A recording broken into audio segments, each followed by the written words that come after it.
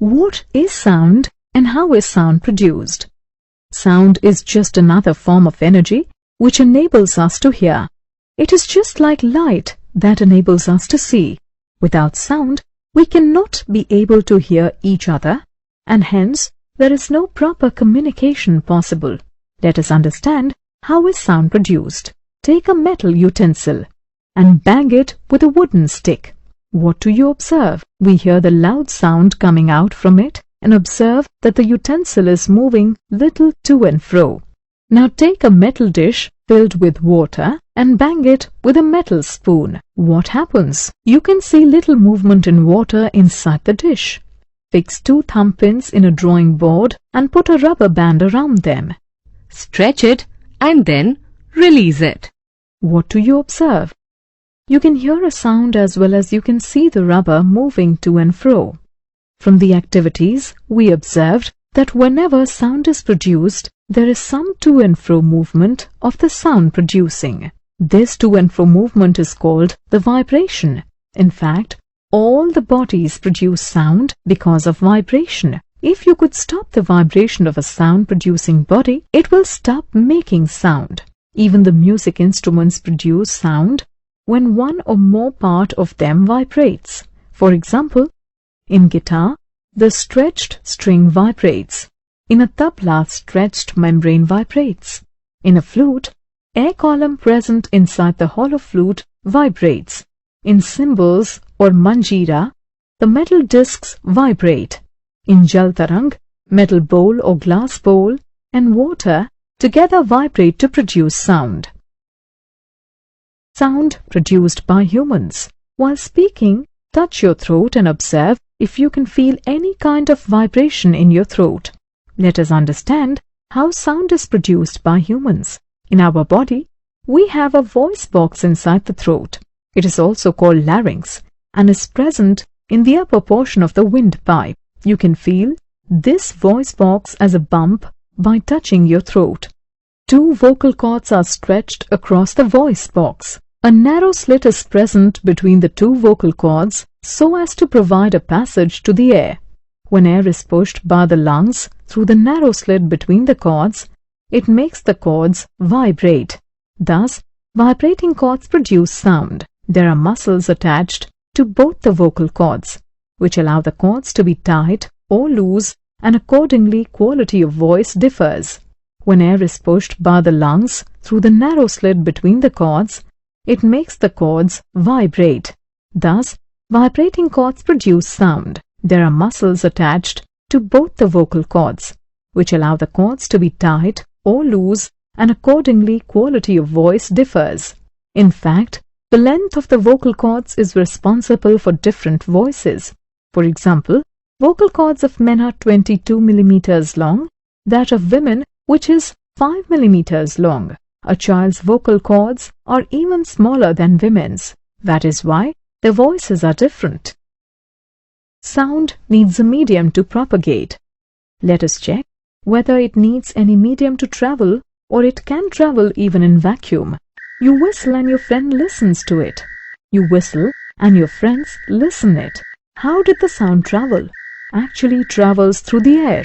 Sound needs a medium to travel. It cannot travel in vacuum. Let us do an activity. Take an electric bell. Hang this bell into an empty glass jar fitted with an air pump. Initially, you can hear the sound of ringing bell. Let's start pumping out the air from the glass jar. What happened? The sound of the ringing bell decreases if we continue to pump out the air. At this point, there is no air in the jar. Therefore, we cannot hear sound of ringing bell. From this activity, we conclude that sound needs a medium to travel. It cannot travel through vacuum. Now let us check whether the sound can travel through liquids and solids as well. Take a tub of full clean water and a bell. Place the bell inside the water such that it does not touch the bottom or the wall of the tub. Place your ear in the water such that the water does not enter in your ear at all. Now ring the bell. Could you hear the sound? Yes, you could hear the sound clearly. In this activity, both the ear and the bell were inside the water. That means Sound produced by the bell had to travel through the water only to reach our ear. It simply proves that sound can travel through liquids. Take a wooden or metallic table. Ask one of your friends to put his ear on the table. You stand on the other side of the table and scratch the table. Ask your friend if he could hear any sound. Yes, your friend was able to hear the sound of scratch. In this activity, sound was produced by solid and ears were also placed on the solid. That means that sound had to travel through metal or wood, which are solids, to reach the ear. Hence, we can say that sound can travel through solids also. Human ears. The sound is heard by our ears. Let us now understand how our ears are able to hear the sound. Have you noticed the shape of our ears? Does it not look like a funnel? Outer part of our ears is like a funnel to collect the sound signals traveling through the air. As the sound moves inside the ear, it passes through a canal. At the end of the canal, there is a stretched membrane just like a rubber band called the eardrum. As the sound reaches the eardrum, it vibrates and sends these vibrations to the inner ear, which sends the vibrations further to the brain. Lastly, the brain interprets the sound and hence we are able to hear. Different types of sound and range of sound. Audible sound and inaudible sound. Audible sound ranges from 20 Hz to 20,000 Hz. It includes the sound of a musical instrument, sound of a utensil, sound of a dog bark, and many more sounds that we hear every day. All the sounds having frequency below 20 Hz and above 20,000 Hz are termed to be inaudible. Sound of this range cannot be heard by a human ear.